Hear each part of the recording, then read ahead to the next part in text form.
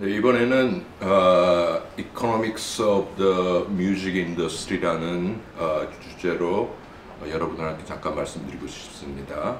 한국말로 하다 그러면은 음악 산업의 경제학적 분석. 저는 제이크 정이라고 하고요. 변호사이면서 Political Economist입니다. 저에 대해서 잠깐 소개드리고 싶은 거는 저는 이제 학부는 Parsons School of Design 뉴욕에 있는 미술학교에서 예술 경영을 공부했고요. 그 다음에 런던 정경대학에서 International Political Economy 국제 정치 경제에 대해서 공부하고 대학원을 마쳤고요. 그 다음에 또 정경대학에서 또 International Business에 대해서 공부를 했고, 그 다음에 러커스 유니버시티에서 법학 박사를 받았고요. 제가 뉴저지에 있는 버겐 퍼포밍 아츠 센터라는 그 공연 예술장에서 거기 이사를 지냈고, 현재는 뉴저지 심포니 오케스트라의 고문으로 있습니다. 책을 하나 소개시켜드리고 싶은 게 이 락코노믹스라는 이 책인데, 이 책은 2019년도에 출판이 됐고요. 이 책을 쓰신 분은 알란 크루거라는 분인데, 이분은 프린스턴 대학에서 경제학 교수를 하셨고, 그 다음에 오바마 행정부에서 재무부 차관을 하셨습니다. 또 오바마 행정부에서 백악관의 경제보좌관 회의에서 의장을 하셨어요. 이 책을 쓰시게 된 동기가 2013년도에 락큰롤 홀 오브 페임 락큰롤 명예의 전당에 이분이 연설을 하셨는데, 오바마 대통령이 그 연설문을 보고 강요들한테 다 읽어보라고 했대요. 알란 크루거라는 교수님을 소개시켜 드리고 싶은 게, 이분을 좀 추모하는 의미에서 여기에 대해서 강의를 하고 싶어요. 왜냐하면 이분이 2019년도에 책이 출간하기 전에 돌아가셨어요. 자살로. 우울증이 심했던 걸로 뭐 자세한 내용은 모르겠지만은, 그래서 좀 이분을 좀 추모하고, 제가 생각하기엔 또 하나는 뭐냐면은 이 책이 베스트셀러가 될 거라고 저는 생각을 했는데 좀 뭐 그렇게 각광을 받지 못한 것 같아요. 그 이유는 책이 출판을 하게 되면은 저자가 홍보를 많이 해야 돼요. 근데 이분이 돌아가셨기 때문에 아마 홍보가 못 돼 가지고, 제가 봤을 때는 이게 특히 음악이나 공연 예술에서는 아주 중요한 책이라고 생각을 했기 때문에 특히 이 강의를 준비하게 됐습니다. 이 음악 산업이라는 거는 하나의 축소판이라고 보시면 돼요. 그러니까 국가 경제의 축소판. 2000년도 초에 비해서 레코드 인더스트리의 수입이 한 75% 다운이 됐어요. 75%가 내려갔어요. 그래서 엄청난 타격을 받았죠. 2016년에는 조금 다시 올라가기 시작해요. 왜냐하면은 그 스트리밍에 스트리밍 대부분 이제 공짜로 많이 하는데, 점점 스트리밍 서비스에 돈 내고 광고 없는 거를 사람들이 더 선호를 해가지고, 그것 때문에 좀 수익이 올라가긴 했어요. 왜 경제학적 분석이 중요하냐면은, 지금 이런 상황에서 75%가 줄어들었는데 많은 사람들이 그냥 상상만 하지 거기에 대해서 분석을 안 하고 있어요. 2017년도에 제가 엔터테인먼트 그 변호사들 컨퍼런스를 갔는데, 그때 패널에 계신 분이 유명한 그 뮤지션 변호사님도 있었고, 소니 뮤직의 변호사님이 계셨는데, 그분들은 75%가 내려간 이유가 유튜브 때문이라고 말씀을 하시는데, 그거는 제가 봤을 땐 반만 맞는 얘기예요. 그러니까 정확한 이해가 있어야 될 거라고 저는 생각해서 이 강의를 준비하게 됐습니다. 근데 많은 분들이 생각하시기에는 뭐 유명한 가수들도 많고 레코드 회사도 많고 뮤직 그 산업이, 음악 산업이 상당히 클 것 같은데 아주 조그매요. 지금 미국의 2017년도에 보면은 18.3 빌리언, 그게 183억 달러 정도밖에 안 돼요. 액수로 보면 되게 큰 것 같은데, 이게 우리가 먹는 포테이토 칩 시장보다도 적고, 헬스클럽 가는 그런 시장보다도 적고, 우리가 그런 거 있잖아요. 헬스클럽에 연회비를 내고 안 가면 돈을 날리잖아요. 그 날리는 돈보다도 뮤직 시장이 상당히 더 작아요. 그리고 지금 국제 글로벌 시장에서는 아마 한 500억 달러 정도라고 보시면 되겠습니다. 네. 음악 산업은 엔터테인먼트 시장, 그러니까 엔터테인먼트 시장이라는 거 스포츠도 있고 여러 가지가 있는데 거기에 엔터테인먼트 시장의 2%밖에 안 됩니다. 뮤직 산업에서 반은 그 레코드 인더스트리예요. 음반 회사들. 근데 음반 회사에서 우리 아티스트가 버는 돈은 상당히 적어요. 그 다음에 반은 라이브 콘서트예요. 아티스트의 모든 수입은 대부분 그 라이브 콘서트에서 나온다고 보시면 됩니다. 거기에 나오는 수입이 80%에서 90%까지 탑 아티스트들이 다 갖고 가요. 네. 지금까지 이 경제학적 분석이 불가능했던 게 불가능한 거 아니죠. 힘들었던 게 데이터가 많이 없었어요. 근데 이제 테크놀로지가 발전을 하고 모든 게 디지털라이즈가 되니까 지금 많은 데이터가 있어서 이런 경제학적 분석이 가능하다고 봅니다. 타이틀을 제가 이렇게 잡았어요. Supply, Demand and All That Jazz. 그거는 뭐 여러분들이 뭐 경제학을 전공 안 해도 아실 거예요. 공급과 수요, 그죠? 사과값이 올라가네, 뭐 고기값이 올라가네, 다 공급과 수요, 뭐 기본적인 거 다 아시죠? 그리고 All That Jazz, All That Jazz라는 거는 뭐 음악적인 말이도 되지만은 기타 등등이라는 말입니다. 가격이라는 거는 첫 번째 그래프상으로 보면은 수요의 곡선이 있고 그 다음에 공급의 곡선이 있으면 중간에 만나는 게 시장 경제에 있어서 가격이 측정되게 돼 있어요. 가령 비욘세 공연의 티켓 숫자는 한계가 있는데 많은 사람들이 그 티켓을 원한다면 당연히 가격이 올라가겠죠. 근데 뮤직 인더스트리 재밌는 건 뭐냐면은 팬들은 그렇게 생각할 수 있어요. 저 가수는 너무 돈만 밝혀. 돈 벌려고 하는 것 같아.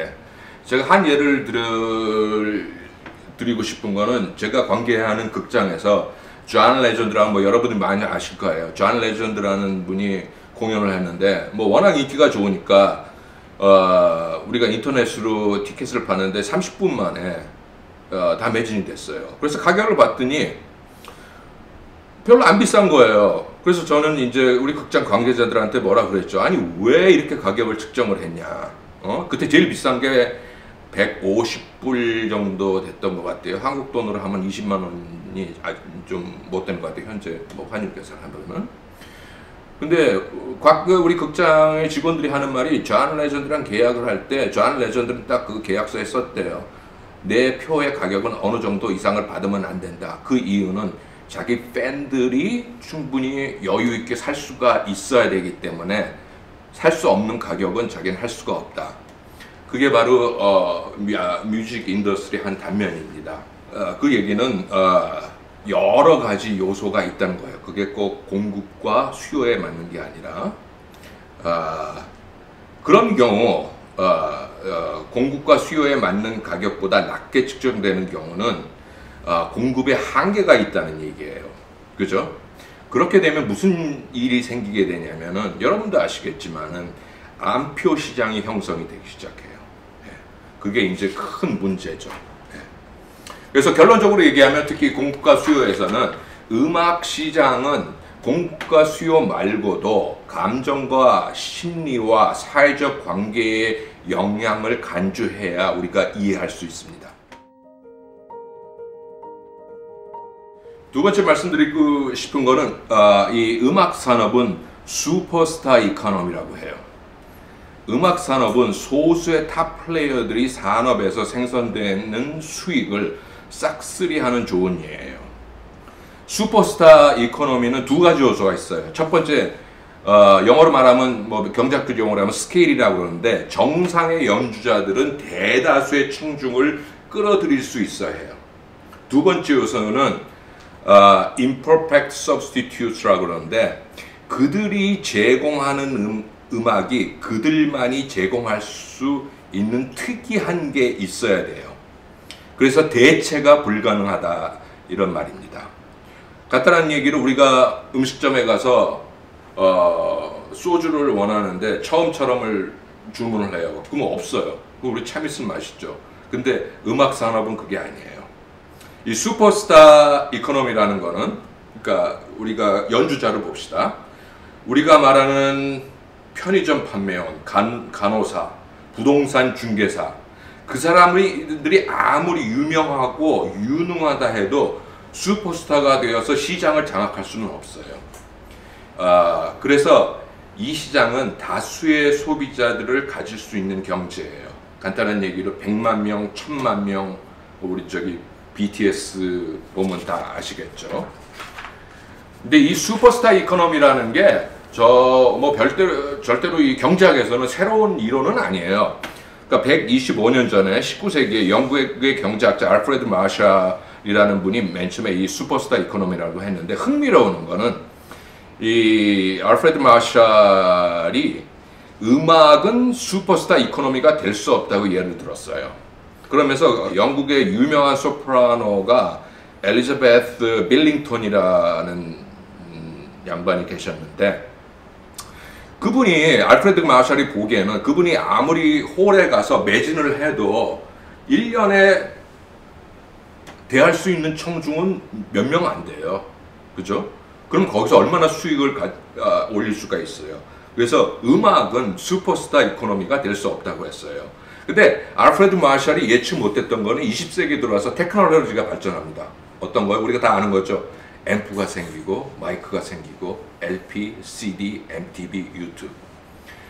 그러니까 이 디지털 시대가 곧 다수의 팬을 창조를 하기 시작을 해요. 그러면서 테크놀로지가 이 스케일을 증폭을 시켜요. 디지털 시대에는 이 팬이 늘어나는 게 복수로 늘어납니다. 복수는 우리가 저기 학교에서 배우는 제곱으로 늘어난다는 거예요. 우리가 요새 뉴스에서 많이 나오면 코로나 바이러스의 감염률 이런 식으로 늘어나게 돼요. 경제학적 용어로는 이걸 파워로우라고 합니다. 특히 SNS 역할은 한번 유명해지면 더 유명해지게 돼 있어요. 경제학적 용어로 보면은 밴드웨건 이펙트라고 그러는데, 한번 1위에 뜨면은 또 사람들이 또 1위만 찾는 경우가 있어요. 뭐 심리학적으로 그가 분석된 그런 스터디도 있는데, 첫 번째는 뭐냐면은 750명을 상대로 해가지고 다운로드를 시켰어요. 그러면 제일 많이 그러니까 48개의 음악을 다운로드를 시키게 했는데, 그러면 랭킹이 나올 거 아니에요. 그죠? 제일 많이 된 거, 그 다음에 제일 덜 된 거. 그 다음에 3,000명을 가지고, 6,000명을 가지고 3,000명은 그 리스트를 곧바로 주고, 다른 3,000명은 그 리스트를 거꾸로 했어요. 그러니까 48위가 1위가 된 거죠. 근데 뭐냐면은 그 3,000명들은 다 1등 한 걸 제일 많이 다운로드를 했어요. 그거를 바로 밴드웨건 이펙트라고 해요. 그러니까 한번 유명해지면은 거기에 대해서 따라가게 되어 있어요. 음악은 특히 또 SNS 상에서 보면은 사회적 활동이기 때문에 소통이 많이 돼요. 그렇잖아요. 우리가 뭐 인스타그램이나 페이스북이나 그런 걸 통해 갖고 너 누구 음악 들었냐? 누구 음악이 좋던데? 그러면 그게 다 증폭이 되기 시작했죠. 말의 힘이 SNS 시대에는 복수로 늘어나게 되어 있습니다. 그래서 현재 탑 1% 연주자들이 전체 공연 수입의 60%를 차지해요. 그리고 탑 5%가 85%를 차지합니다. 음반 시장도 마찬가지예요. 인터넷 시대에는 많은 분들이 인터넷 시대가 좀 더 민주화가 된다, 뭐 평등화가 된다고 생각을 하는데, 좀 기회는 좀 늘어날지 몰라도 유명세와 수입 면에서는 아직도 슈퍼스타 이코노미가 지속되고 평등화가 되지 않은 상태예요. 평등화라는 거는 그렇다고 한 100번째 되는 아티스트가 돈을 더 많이 버는지 그런 건 아직 바뀌지는 않았어요. 거기다가 글로벌라이제이션이랑 인터넷 시대에는 스케일이 또 글로벌리 더 증폭이 되기 시작하죠. 근데 아까도 잠깐 말씀을 드렸는지 모르겠지만 이 테크놀로지가 발전하고 나서부터 90년도 말, 특히 90년도 말부터 이제 이런 음반 같은 거는 쉽게 복사가 되고 정부의 제재가 힘들기 때문에 음반이나 스트리밍의 판매 수입은 계속 저하가 되고 있습니다. 예. 그 다음에 아까 처음에 말씀드린 imperfect substitute, 대체 불가능. 아티스트는 대체 불가능이 있어야 돼요.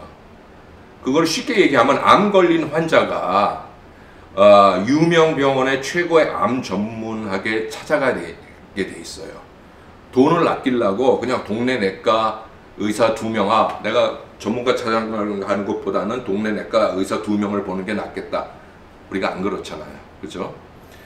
간단한 얘기로 우리가 들국화에 그것만이 내 세상을 내가 꼭 듣고 싶은데 그 대신에 성시경 노래 하나나 이문세 노래 하나로 바꾸지는 않거든요. 예, 그거를 바로 대체 불가능이라고 합니다. 결론적으로 스케일과 대체 불가능이 있어야 슈퍼스타 시장과 슈퍼스타가 존재할 수 있고 슈퍼스타가 수입을 거의 싹쓸이하는 겁니다. 19세기 유명한 소프라노 엘리자베스 밀링턴은 목소리는 대체 불가능이었을지 모르지만은 스케일이 없었기 때문에 슈퍼스타가 될 수 없었습니다. 또 음악 산업의 특징은 파워 오브 러브. 저는 이걸 한국말로 운명의 힘이라고 해요. 이게 베르디 오페라 중에 운명의 힘이라고 있는 오페라가 있는데, 음악 산업에서 재능과 노력이 있다고 성공하는 거는 아닙니다. 성공한 음악인은 꼭 운이 좋은 사람이에요. 어떤 직종도 운이 따라야 성공을 하지만은 음악은 특히 운이 아주 중요한 작용을 합니다. 왜 그러냐면은 첫째, 취향이 빨리 바뀌어요. 두 번째, 누가 누구보다 낫다는 게 상당히 주관적이에요. 우리가 말하는 LG폰이 삼성폰보다 낫다. 이 음악에서는 우리가 그렇게 얘기할 수 없어요. 그래서 많은 재능 있는 뮤지션들이 그냥 떴다가 사라지는 경우가 많고, 그래서 운이 있어야 되는 거는 영어로 말씀드리면 right time, right place, right music. 그 중에서 다시 말하면 이 모멘텀이라는 게, 특히 모멘텀은 타이밍이랑도 좀 상관이 있는데 모멘텀을 어떻게 하냐가 상당히 중요해요. 그래서 음악 전문가들도 누가 성공할지 상당히 가늠하기 힘들고, 또한 공연 자체도 제가 이제 극장에서 관계해서 보는데 아무리 성공한 공연도 다시 그 밴드가 나 음악인들이 와서 성공할 수 있는, 가늠할 수 있는 그러니까 확률이 25%라고 저희는 보고 있어요. 그 공연이 과연 성공할지 안 할지. 그만큼 이게 추측하기가 힘든 산업입니다. 왜 운이 따라야 되냐? 간단한 얘기로 엘비스 프레슬리는 1955년, 비틀즈는 1964년 콜롬비아 레코드로부터 벤치를 막아줬어요. 그죠? 우리가 그 영화 다큐멘터리 영화에 나온 슈거맨, 식스토 로드리게스도 자기가 사우스 아프리카에서 그렇게 유명했지만은 정작 자신은 유명세와 영향력은 20년 동안 모르고 그냥 공사판에서 노가다하다 살았어요. 그리고 이제 좋은 사람 만나는 것도 특히 운이죠. 엘튼 존이랑 버니 토핑 같은 경우는 30개, 그게 이제 엘튼 존은 작곡을 하고 노래를 하고 버니 토핑은 작사자인데 30개 이상 앨범을 냈고 3억 장의 레코드를 판매했어요. 가장 성공적인 싱어송라이터 콜라보레이션이라고 이제 평가를 하는데, 재미있는 건 뭐냐면은 엘튼 존이 그때 신문 광고를 보고 저기 에이전시에서 싱어송라이터를 찾는다고 해서 거기를 이제 보내요. 자기 작품을 지원을 하게 되는 거죠. 근데 이제 에이전이 보기에 잘해요. 그래서 너 그러면 우리랑 같이 일을 해야겠다. 근데 엘튼 존이 고백을 해요. 자기는 작사는 못한다고. 그래? 근데 이제 거기에 그 에이전이 작사한 사람들이 저기 노래곡을 시를 쓴 거를 엄청나게 받아놓고 열어보질 않았어요. 그 중에서 하나를 뽑아가지고 누군지도 모르고 하나를 뽑아서 준 게 버니 터핀이에요. 근데 그게 버니 터핀이 될 수도 있고 딴 사람이 될 수도 있는데 그건 운이라고 볼 수가 있죠. 그죠? 자시 글로반도 그래요. 자시 글로반도 데이비드 포스터가 LA에서 콘서트를 하는데 셀린 디온이랑 안드레아 보첼리 그 유명한 노래 있죠. 프레이어를 하는데 안드레아 보첼리가 비행기를 놓쳐서 못 오게 됐어요. 그래서 갑작스럽게 데이비드 포스터가 보이스 티처, LA에 있는 보이스 티처한테 이거 할 만한 사람 있냐? 많이 있어. 한 10명 정도 테이블 줄게. 근데 한 9개는 뭐 진짜 쓸 수 없는 거고 한 명이 있어서 그 친구한테 전화를 했어요. 그게 자시 글로반이에요. 근데 그때 자시 글로반 고등학생이었거든요. 그래서 데이비드 포스터가 너 와서 셀린 디온이랑 해라. 근데 자시 글로반이 하는 얘기가 나는 지금 고딩이구나. 숙제해야 돼.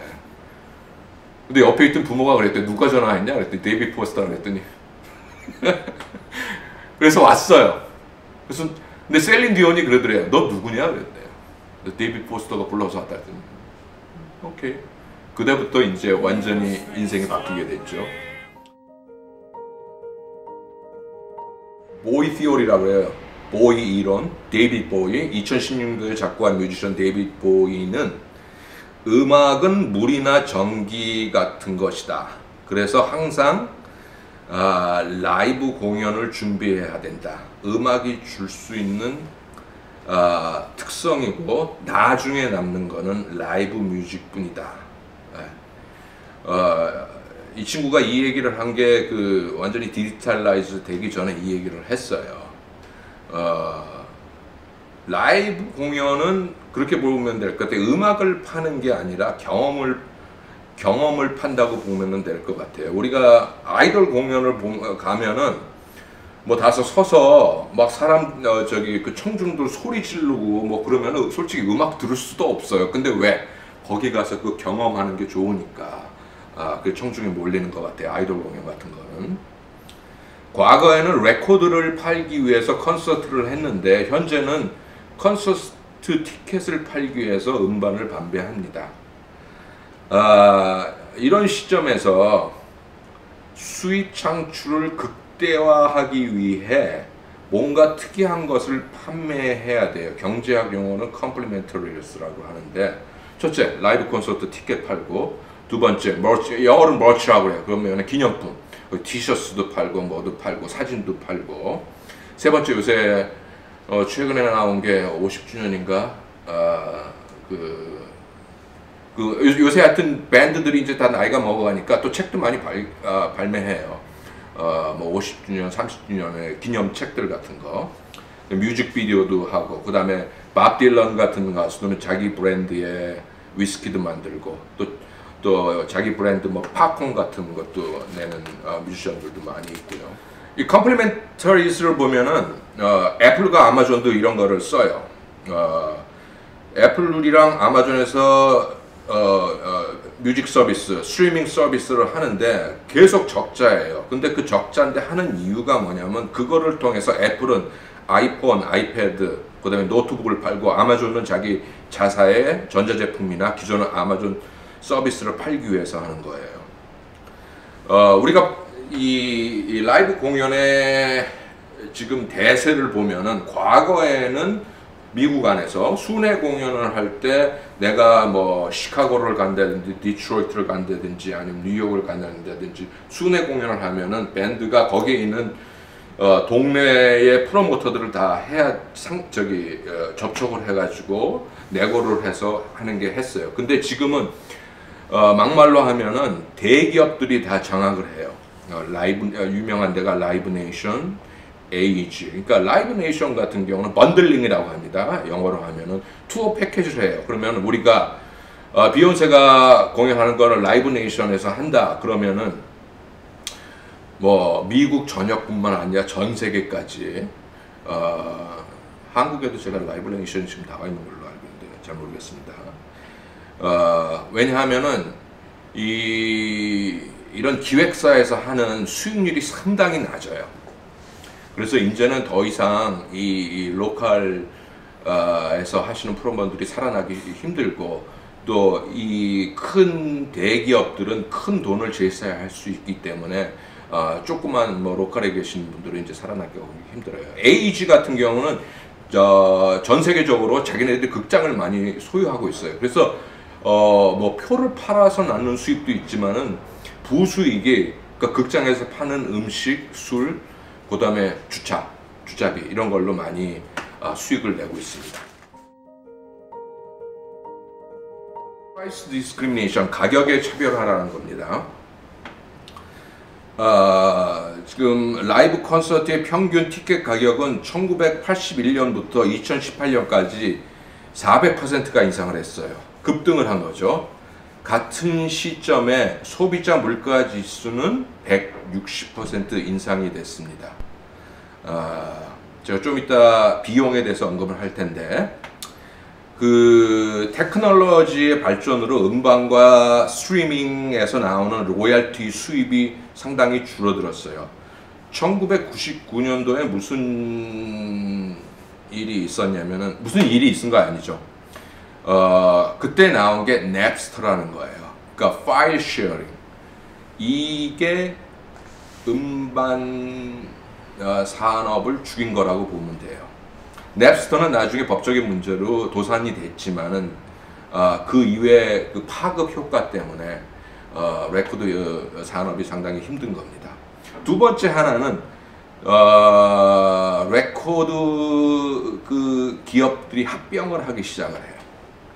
그래서 그 얘기는 뭐냐면은 아티스트한테는 더 안 좋은 거죠. 서로 경쟁을 해줘야지 더 좋은 딜을 제시를 할 텐데, 뭐 똑같은 거예요. 대기업에서 다 잡고 있으니까, 원래도 레코드 회사가 갑이었지만 이제 더 슈퍼갑이 된 거죠. 그래서 이런 그 가격의 차별화, price discrimination으로 수입을 극대화하는 게 아주 중점입니다. 그렇게 보시면 돼요. price discrimination의 가장 좋은 예는 항공회사예요.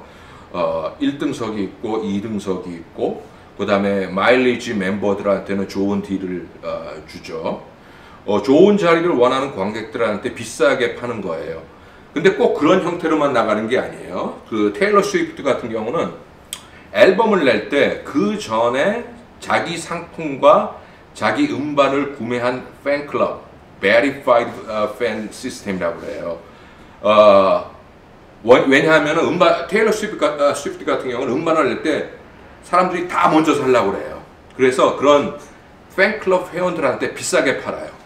그 다음에 얼마가 지난 다음에야 스트리밍에도 음악이 뜨고 보통 사람들한테도 뭐 좀 싸게 팔고, 콘서트도 똑같아요. 테일러 스위프트는 기존 팬클럽에서 먼저 구매할 수 있어요. 팬클럽 회원들이. 궁극적으로 앨범을 빨리 사고 콘서트에서 좋은 자리를 살려면 회원으로서 그런 상품을 구매해야 되는 거예요. 그런 혜택을 받는다는 거는 곧바로 말해서 경제학적으로 더 비싸게 주고 산다는 거라고 보시면 돼요. 그리고 테일러 스위프트는 슬로우 티켓팅이라는 걸 합니다. 7월 1일에 테일러 스위프트가 올림픽 경기장에서 한다. 그러면은 지금 모든 표를 다 내놓지 않아요. 그 다음에 점차적으로 물량을 풀어요. 그래서 그 판매하는 거를 모니터를 하고 가격을 조정을 해야 돼요. 인기 있는 그런 그 콘서트에서 그냥 짧은 시간에 매진이 될 때는 진짜 수익은 아티스트나 기획사가 하는 게 아니라 안표 장사가 모든 이익을 수익하게 돼요. 그래서 이 슬로우 티켓팅으로 안표 시장을 무력화합니다. Cost can kill. 비용이 음악을 죽인다. 판매를 극대화하는 게 꼭 경제적 성공을 이끌어내는 건 아니에요. 성공적인 아티스트나 기업은 비용 지출을 계속 모니터해야 하고 최소화해야 해요. 예. 또한 경제적인 성공을 위해서는 투자를 잘한다는 걸 적당하게 하는 것도 맞는 얘기고요. 항상 경비를 줄이기 위해서 네고시에이션을 잘해야 돼요. 네고를 잘해야 돼요. 옛날에는 에머슨 레이크 앤 파머 같은데 순회 공연을 할 때는 오케스트라를 58명을 데리고 다녔는데 이제 그런 시대는 이제 끝났어요. 그리고 제가 최근에 브라이언 메이 그 밴드 퀸의 다큐멘터리를 봤는데, 브라이언 메이 그 친구가 원래 저기 물리학 박사를 하다가 그만두고 이제 밴드를 했던 친구인데, 그 퀸 밴드가 이제 무명해서 한참 뜨기 시작할 때 공연표는 다 매진이 됐대요. 근데 공연 뒤에 보면은 이 드러머가 드럼 스틱을 살 돈이 없다는 거예요. 그래서 느낀 게, 뭔가가 잘못됐구나. 그게 바로 이제 비경질 치료라는 얘기예요. 경제학적 용어로 보멀스 코스트 디지즈라는 게 있어요. 보멀의 비용병. 경제학자 그 윌리엄 보멀은 제가 졸업한 런던 정교대학의 선배님인데 2017년에 작곡했어요. 버클리에서 경제 교수를 하시다가, 이분의 이론은 어떤 산업은 생산성이 빠르게 성장해요. 그 말은 많은 양의 상품을 적은 인력을 가지고 생산했고 더 좋은 상품을 만드는 거예요. 국가의 경제가 성장하려면 생산성이, 경제학적으로 봤을 때 생산성이 가장 중요하다고 봐요. 제가 1997년에 처음으로 그 컴퓨터 노트북을 샀는데 지금 생각으로는 한 2,000불인가 주고 샀던 것 같아요. 지금은 거기에 반의 반값으로 뭐 한 100배는 좋은 노트북을 살 수 있을 것 같아요. 그 얘기는 컴퓨터 산업은 그 생산성이 좋다는 얘기예요. 우리가 핸드폰을 봐도 알아요. 우리가, 그죠? 90년도 초에 핸드폰은 진짜 완전 벽돌장 같은 건데, 그때는 또 그게 엄청나게 비쌌어요. 예. 그런데 생산성이 낮은 산업은 이 생산성이 높은 산업보다 비용이 빨리 상승하고 가격이 높아져요. 의료 산업이나 교육 산업이 그런 예죠. 그래서 보멀 교수가 예로 이 라이브 뮤직을 들었어요. 200년 전에 연주자들이 슈베르트의 현악 사중주를 연주할 때 들은 시간과 노력이 200년이 지난 지금 연주할 때 똑같이 들어요. 그죠? 생산성이 늘지가 않는 거예요. 거기다가 가상적으로 연주자들이 생산성이 높은 산업에도 일할 수 있기 때문에 연주자들 비용이 상대적으로 높아질 수밖에 없어요. 그래서 높은 인건비가 라이브 뮤직의 가격을 높이게 하는 거예요. 200년 전과 비교를 했을 때. 그래서 간단하게 우리가 보면은 TV나 컴퓨터 가격은 계속 내려가고 있어요. 질은 좋아지는데. 근데 카네기 홀의 콘서트는 계속 올라가고 있어요. 내려간 적이 없어요. 그죠? 물론 테크놀로지, 특히 디지털 이런 시대에서 많이 발전을 했기 때문에 디지털 레코딩, 전자악기, 마이크로폰, 스피커 이런 거 발전은 있기는 해요. 근데 라이브 뮤직에서 또 엄청난 경비가 옛날보다 많이 들어요. 그죠? 인원이 많은 밴드는 좋죠.